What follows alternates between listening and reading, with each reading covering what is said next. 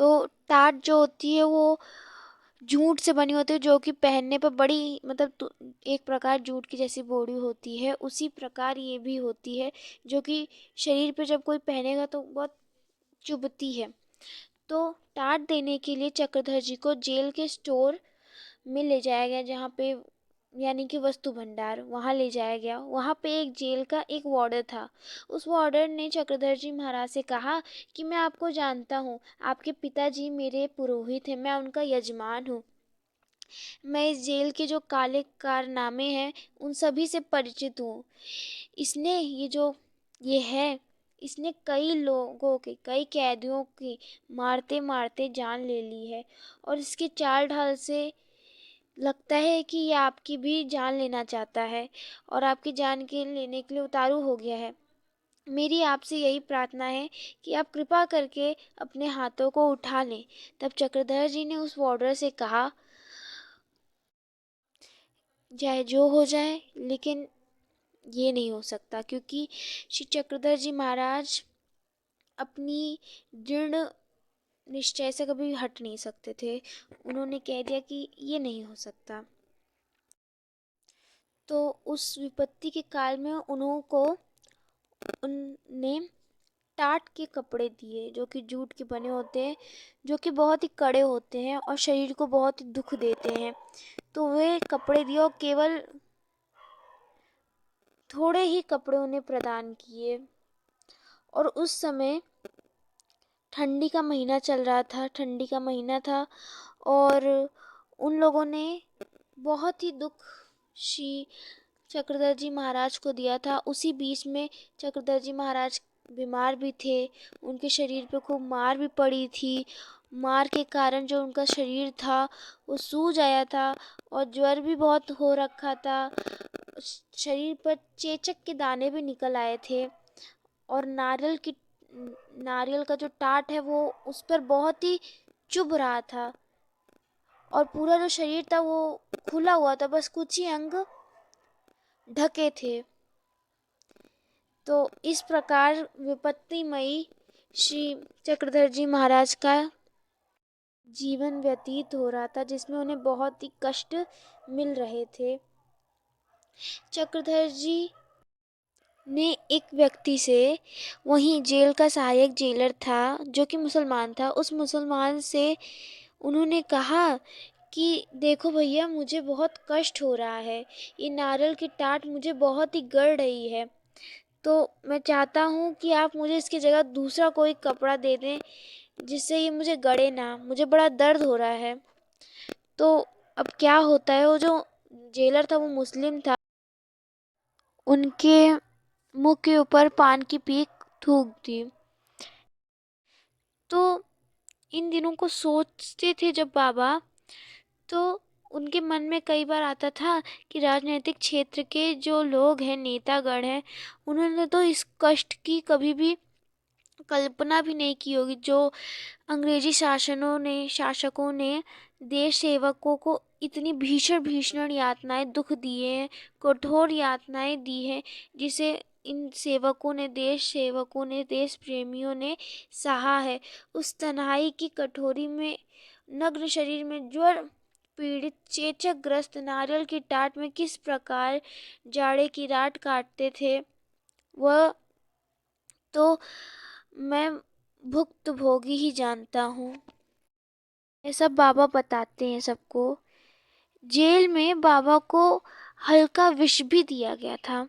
बाबा को पता नहीं था कि उन्हें विष दिया जा रहा है, परंतु उन्हें विष दिया था।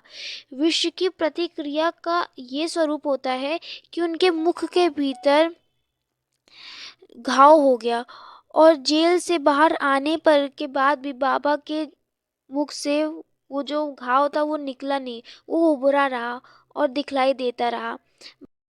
बाबा ने एक वैद्यराज जी को बतलाया कि बताते हैं कि मैं जिस जेल में रहता था, उस जेल में कई साथी जन थे जिनके मुख में ऐसा ही घाव हो गया था।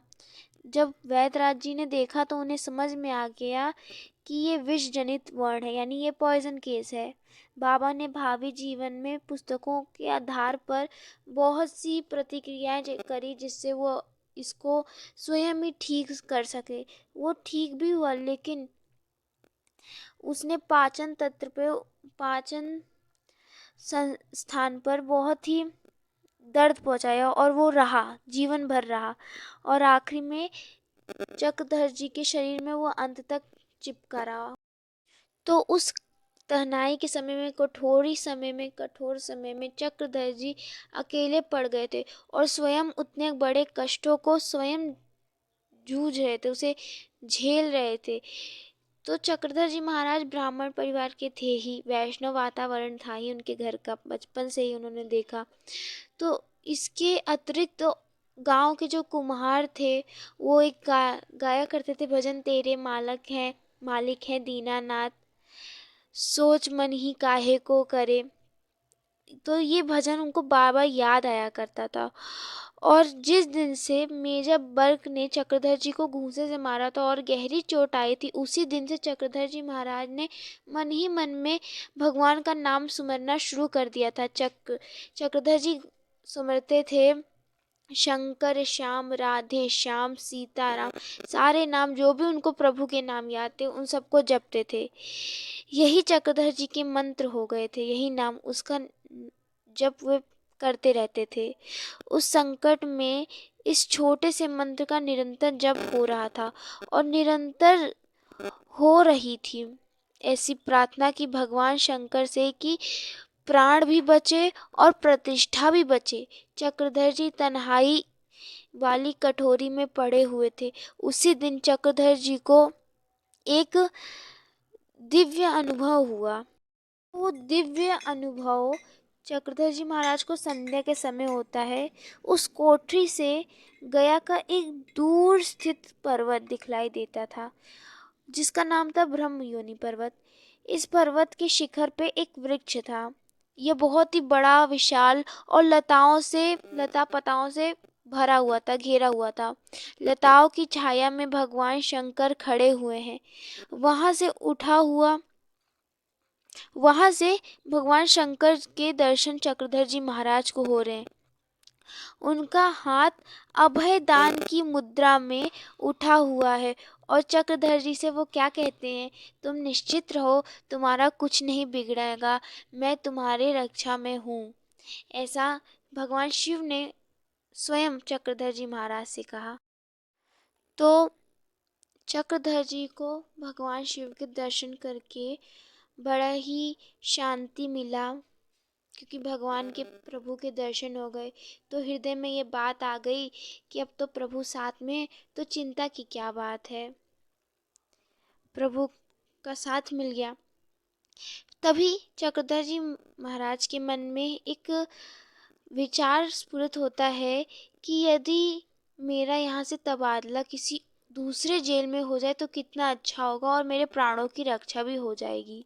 तबादला यानी कि यहाँ से कहीं और जेल में चला जाए तो कितना अच्छा होगा। उस गया जेल में एक और सहायक जेलर था जिसका नाम था श्री हरिपद बाबू। श्री हरिपद बाबू का चक्रधर जी के प्रति बहुत ही स्नेह था। वो बहुत ही साथ देते थे चक्रधर जी महाराज का। चक्रधर जी ने श्री हरिपद बाबू से 2-3 दिन के अंतर में 2 बातें कही। पहली बात तो चक्रधर जी ने यही कही कि आप यह नारियल का टाट बदलवा दे सकते हैं, चेचक ग्रस्त होने से शरीर पर बड़ा कष्ट हो रहा है, ये चुभ रही है। तो श्री हरिपद बाबू ने कहा, किसी बड़े अधिकारी की आज्ञा के बिना ये कार्य मैं कैसे कर सकता हूँ, इसके लिए मैं कोशिश जरूर करूँगा। अगले ही दिन जेल का कोई बड़ा अधिकारी जेल में आया और वो घूम रहा था। तो वो अधिकारी के साथ श्री हरिपद बाबू जी भी घूम रहे थे। उस अधिकारी से चक्रधर जी ने कहा, यह नारियल की टाट बदलवा देना चाहिए। अब यहाँ पे ऐसी आशा तो की नहीं जा सकती कि वो लोग नारियल की टाट बदलवाएंगे, वो तो और दुख देना चाहते हैं चक्रधर जी महाराज को। ऐसा अनुभव नहीं था। तब श्री हरिपद बाबू जी ने सहारा लेते हुए उस अधिकारी से निवेदन किया कि ये लड़का चेचक की बीमारी से ग्रसित है, बीमारी के कारण कुछ रियायत इस लड़के को मिलनी चाहिए।